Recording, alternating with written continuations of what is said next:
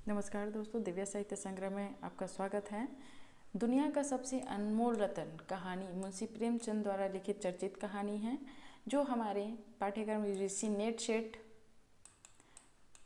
शेट के सिलेबस में लगा हुआ है, जिसका अध्ययन आज हम करने वाले हैं। दुनिया का सबसे अनमोल रतन, है ना।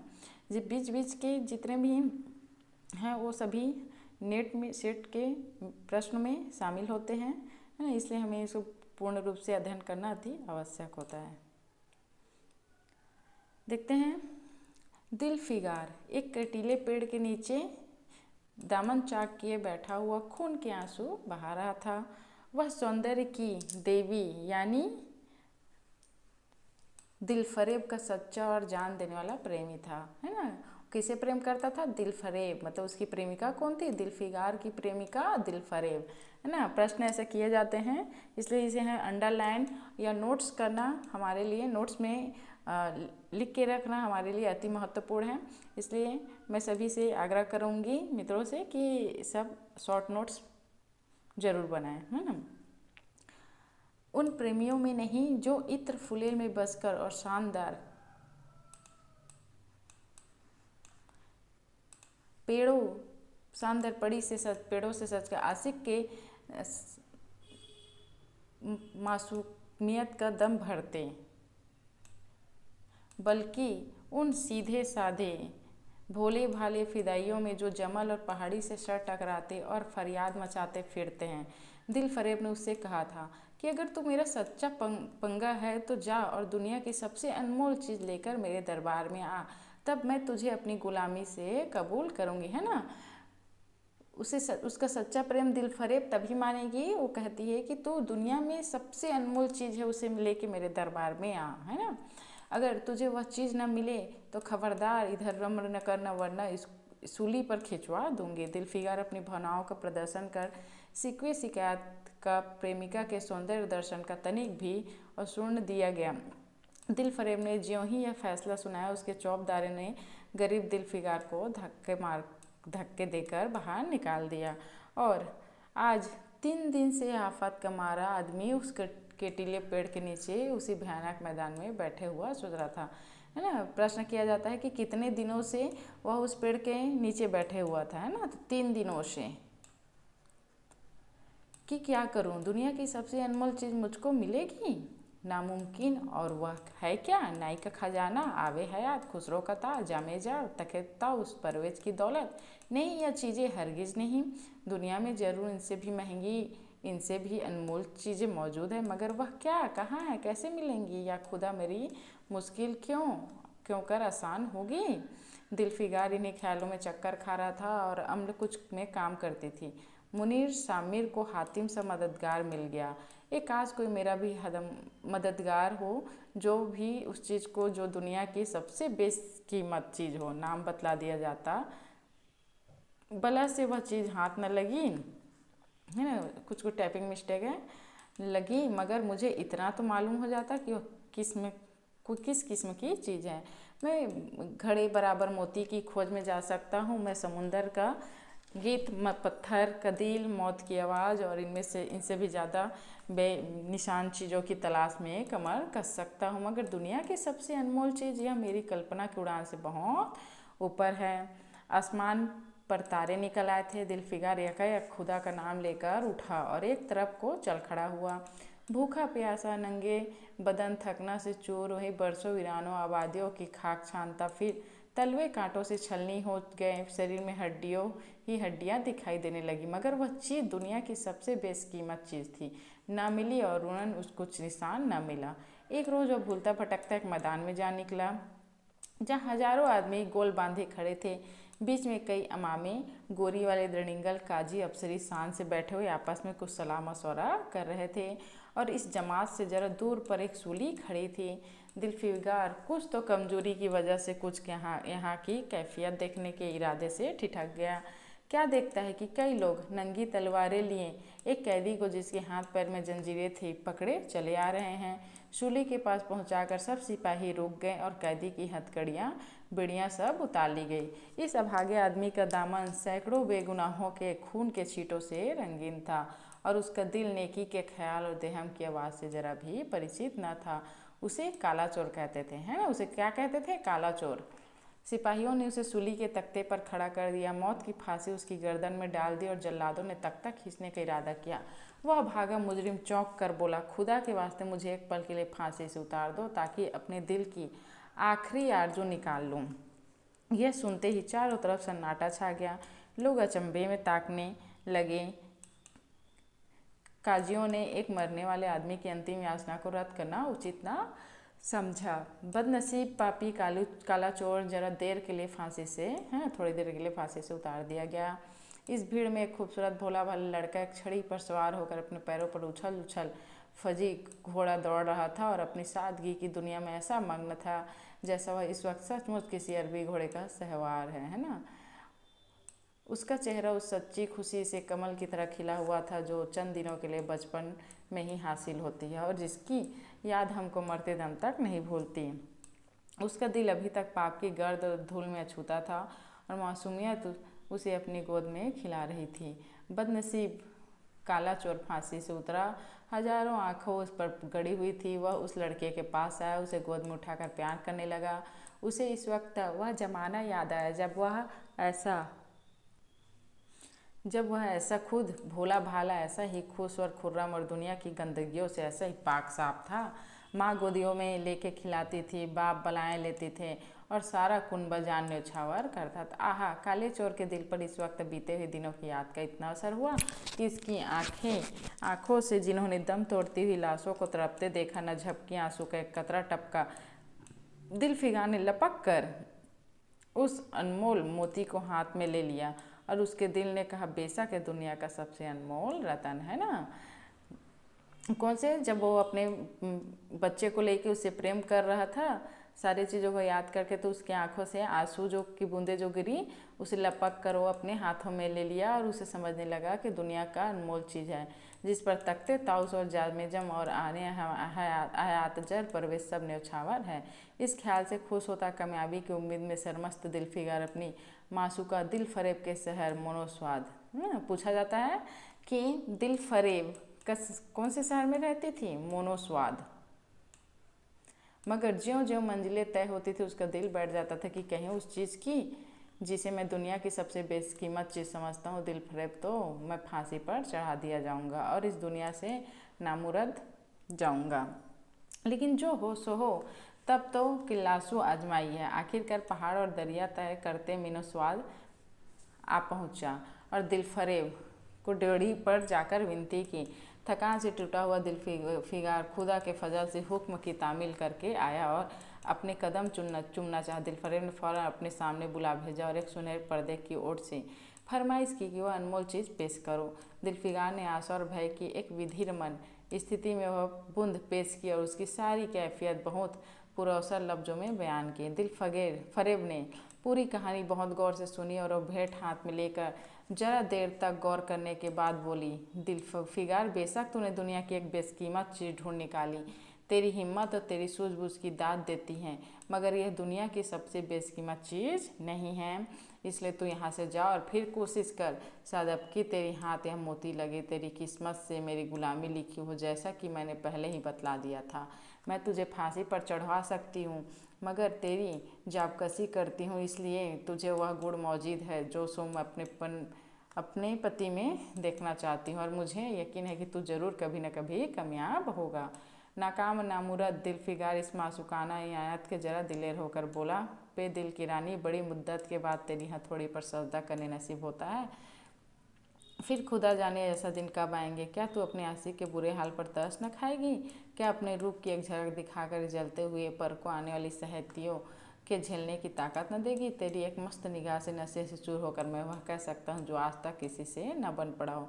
दिलफरेब आशिक की यह चाव भरी बातें सुनकर गुस्सा हो गई और हुक्म दिया कि इस दीवानेपन के खड़े खड़े दरबार से निकाल दो। चौबदार ने फौरन गरीब दिलफिगार को धक्के देकर कुचे से बाहर निकाल दिया। कुछ देर तक वो दिलफिगर अपनी निष्ठुरता, प्रेमिका की इस कठोरता पर आंसू बहाता रहा और सोचने लगा कि कहाँ जाऊँ। मुद्दों रास्ते नापने और जंगलों में भटकने के बाद आंसू की यह बूंद मिली थी। अब ऐसी कौन सी चीज़ है जिसकी कीमत इस आबदार मोती से ज़्यादा है। हजरते खीजा, तुमने सिकंदर को आबेहयात के कुएं का रास्ता दिखाया था, क्या मेरी बाह न पकड़ोगे? सिकंदर सारी दुनिया का मालिक था, मैं तो एक बेखबर मुसाफिर हूँ। तुमने कितनी ही डूबती कश्तियों को किनारे लगाई है, मुझ गरीब का बेड़ा भी पार करो। ए अली मुकाम जिब्रीला, कुछ तुम ही से निभ जान, दुख आशिक का तरस खाओ। तुम खुदा के एक खास दरबारी हो, क्या मेरी मुश्किल आसान न करोगे? गरज यह कि दिलफिगार ने बहुत फरियाद मचाई, मगर उसका हाथ पकड़ने के लिए कोई सामने न आया। आखिर निराश होकर वह पागलों की तरह दोबारा एक तरफ को चल खड़ा हुआ। दिलफिगार ने पूर्व से पश्चिम तक और उत्तर से दक्षिण तथा कितने ही जंगलों वीरानों की खाक छानी। कभी पाकिस्तानी चोटियों पर सोया, कभी डरावनी घाटियों में भटकता रहा, फिर मगर जिस चीज़ की धुन थी वह ना मिली। यहाँ तक कि उसका शरीर हड्डियों का एक ढांचा रह गया। कहाँ सोया था? पाकिस्तानी चोटियों पर, है। एक रोज़ वह शाम के वक्त किसी नदी के किनारे खस्ताहल पड़ा हुआ था। बेखुदी के नशे में चौंका, क्या देखा कि चंदन की एक चिता बनी हुई थी और उस पर एक युवती सुहाग के जोड़े पहने 16 श्रृंगार किए बैठी हुई थी। उसकी जांघ पर उसके प्यारे पति का सर है। हजारों आदमी गोल बांधे खड़े हैं और फूलों की वर्षा कर रहे हैं। एक चिता में खुद ब खुद एक लपटे उठी सती का चेहरा उस वक्त एक पवित्र भाव में आलोकित हो रहा था। चिता की पवित्र लपटें उसके गले में लिपट गई और दम के दम वह फुलंसा शरीर राख कर ढेर हो गया। प्रेमिका ने अपने प्रेमी पर न्यौछावर कर दिया और दो प्रेमियों के सच्चे पवित्र अमर प्रेम की अंतिम लीला आंखें से ओझल हो गई। जब सब लोग अपने घरों को लौटे तो दिलफिगार चुपके से उठा और अपने चाक दामन के कुर्ते में राख ढेर समेट लिया और इस मुट्ठी भर राख को दुनिया के सबसे अनमोल समझता हुआ सफलता के नशे में चूर यार के कूचे की तरफ चला, है ना, मोनोस्वाद चला। मीनो अब कि ज्यों ज्यों वह अपनी मंजिल के करीब आता था उसकी हिम्मतें बढ़ती जाती थी। कोई उसके दिल में बैठा हुआ कह रहा था, अब की मेरी जीत है, और इस ख्याल ने उसके दिल को जो जो सपने दिखाए उनकी चर्चा व्यर्थ है। अधिकार वो शहर मीनोस्वाद में दाखिल हुआ और दिलफरेब की ऊंची डेड़ी पर जाकर खबर दी। दिलफिगार सुखरू होकर लौटा और हुजूर के सामने आना चाहता है। दिलफरेब ने जवाज आशिक को फौरन दरबार में बुलाया, है ना, उस चीज़ के लिए जो दुनिया की सबसे बेशकीमत चीज़ थी। हाथ फैला दिया। दिलफिगार ने हिम्मत करते उसकी चांदी जैसी कलाई को चूम लिया और मुट्ठी भर राख को उसकी हथेली में रखकर सारी कैफियत दिल को पिघला देने वाली लफ्ज़ों में कह सुनाई। सुंदर प्रेमिका के होठों पर अपनी किस्मत का मुबारक फैसला सुनने के लिए इंतजार करने लगा। दिलफरेब ने उस मुट्ठी भर राख को आंखों से लगा लिया और कुछ देर तक विचारों के सागर में डूबे रहने के बाद बोली, ए जान निछावर करने वाले आशिक दिलफिगार, बेशक है राख तू जो लाया है जिसमें लोहे का सोना कर देने की सिफत है, दुनिया की बहुत बेशकीमत चीज़ है ना, और मैं सच्चे दिल से तेरे एहसानमंद हूँ कि तूने ऐसी अनमोल भेंट मुझे दी। मगर दुनिया में इससे भी ज़्यादा अनमोल कोई चीज़ है, जा उसे तलाश कर तब मेरे पास आ, है ना। पहले कौन सी चीज़ लाया था? काला चोर का जो प्रेम, अपने बच्चे के प्रति जो प्रेम का जो आंसू टपक रहा था वो पहला, है ना। दूसरा क्या, जो अपने प्रेमिका के साथ वो सती हो गई, उसका राख। यह कहकर वो सुनहरे पर्दे से बाहर आई, मासूकाना अदा से अपने रूप का जलवा दिखाकर फिर नज़रों से ओझल हो गई। एक बिजली थी कि कौंधी और फिर बादलों के पर्दे में छिप गई। अभी दिलफिगार के होश हवास ठिकाने पर न आने पाए थे कि चौबदार ने मुलायमियत से उसका हाथ पकड़ यार के कूचे से उसको निकाल दिया और तीसरी बार वह प्रेम का पुजारी निराशा क्या था समुंदर में गोता खाने लगा। दिलफिगार का याब छूट गया, है ना। उसे यकीन हो गया कि मैं दुनिया में इसी तरह नासाद और नामुराद मर जाने के लिए पैदा किया गया था। अब इसके सिवा कोई और चारा नहीं कि किसी पहाड़ पर चढ़कर नीचे कूद पड़े ताकि मासूक के जुल्मों की करने के लिए एक हड्डी भी बाकी न रहे। वह दीवाने की तरह उठा और गिरता पड़ता एक गगनचुंबी पहाड़ की चोटी पर जा पहुंचा। किसी और समय वह ऐसे ऊंचे पहाड़ पर चढ़ने का साहस न कर सकता था, मगर इस वक्त जान देने के जोश में वह पहाड़ एक मामूली टेकरी से ज़्यादा ऊंचा न नजर आया। करीब था कि वो नीचे कूद पड़े कि हरे हरे कपड़े पहने हुए और हरा अमामा बांधे एक बुजुर्ग एक हाथ में तस्बीह और दूसरे हाथ में लाठी लिए बरामद हुए। हिम्मत बढ़ाने वाले स्वर में बोले, दिलफगार नादान दिलफगार, यह क्या बुज़दिली जैसे हरकत है? तू मोहब्बत का दावा करता है और तुझे इतनी भी खबर नहीं कि मजबूत इरादा मोहब्बत के रास्ते की पहली मंजिल और मर्द बन और हिम्मत न हार। पूरब की तरफ एक देश है जिसका नाम हिंदुस्तान है ना? वहाँ जा तेरी आरज़ू पूरी होगी। कौन सी दिशा में थी वो? पूरब की तरह, पूरब की दिशा में हिंदुस्तान, है ना? इम्पोर्टेंट है, इसे नोट कर लीजिएगा। यह कहकर हजरत खिद गायब हो गए। दिलफिगार ने शुक्रिया की नमाज अदा की और ताज़ा हौसले, ताज़ा जोश और अलौकिक सहायता का सहारा पाकर खुश खुश पहाड़ से उतरा, हिंदुस्तान की तरफ चल पड़ा। मुद्दतों तक कांटों से भरे जंगलों, आग बरसाने वाले रेगिस्तानों, कठिन घाटियों और अलंध पर्वतों को तय करने के बाद दिलफिगार हिंद की पाक सरजमीन में दाखिल हुआ और एक ठंडे पानी के सोते में सफ़र की तकलीफ़ें धोकर थकान मारे नदी के किनारे लेट गया। शाम होते होते एक चटियल मैदान में पहुंचा जहां बेशुमार अधमरी और बेजान लाशें बिना कफन के पड़ी हुई थी। चील, कावे, वहशी दरिंदे मरे पड़े हुए थे। सारा मैदान खून से लाल हो रहा था। यह डरावना दृश्य देखते ही दिलफिगार का जी दहल गया।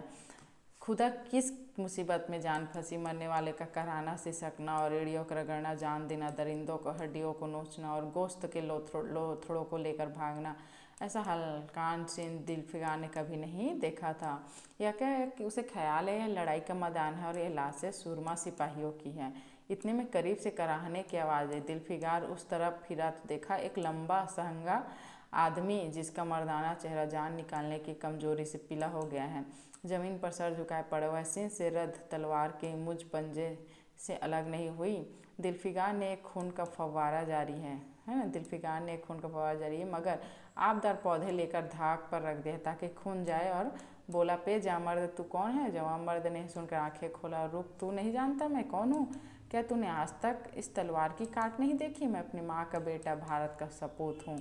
यह कहते कहते उसकी त्योरियों पर बल पड़ गए। पीला चेहरे गुस्से से लाल हो गया और आबदार शमशीर फिर अपना जौहर दिखाने के लिए चमक उठी।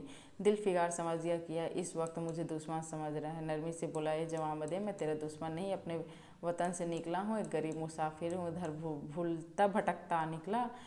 मेहरबानी मुझसे यहाँ की कुल कैफियत बयान कर। यह सुनते ही घायल सिपाही मीठे स्वर में बोला, अगर तुम मुसाफिर है तो आप मेरे खून से तर पहलू में बैठ जा, क्योंकि यह 2 अंगुल ज़मीन है जो मेरे पास बाकी रह गई है और जो सिवाय मौत के कोई नहीं छीन सकता। अफसोस है कि तू यहाँ ऐसे वक्त में आए जब हम तेरा आतिथ्य सत्कार करने के योग्य नहीं हैं। हमारे बाप दादा का देश आज हमारे हाथ से निकल गया है और इस वक्त हम इस वतन हैं, बेवतन हैं। मगर पहलू बदल कर हमने हमलावर दुश्मन को बता दिया कि राजपूत अपने देश के लिए कैसी बहादुरी से जान देता है। वह आसपास जो लाशें तू देख रहे हैं, इन लोगों की ही है जो इस तलवार के घाट उतरे हैं। मुस्कुराकर बोला कि मैं बेवतन हूँ, मगर गनीमत है कि दुश्मन को ज़मीन पर मार रहा हूँ। सोने के घाव से चिथड़ा निकाल कर सीने से, है ना, सीने से घाव के चिथड़ा निकाल कर, क्या तूने यह मरहम रख दिया? खून निकलने से रोकने से क्या फ़ायदा? क्या मैं अपने ही देश में गुलामी करने के लिए ज़िंदा रहूं? नहीं, ऐसी ज़िंदगी से मर जाना अच्छा, इससे अच्छी मौत मुमकिन नहीं। जब मर्द की आवाज़ धीमा हो गई, अंग ढीले पड़ गए, खून इतना ज़्यादा बहा कि खुद ब खुद बंद हो गया। रह रहकर एक आध बूंद टपक पड़ता था। आखिरकार सारा शरीर बेदम हो गया। दिल की हरकत बंद हो गई और आंखें मूंद गई। दिलफिगार ने समझा अब काम तमाम हो गया कि मरने वाले ने धीमे से कहा, भारत माता की जय, और उसके सीने से खून का आखिरी कतरा निकल पड़ा। एक सच्चे देश प्रेमी देशभक्त ने देशभक्ति का हक अदा किया।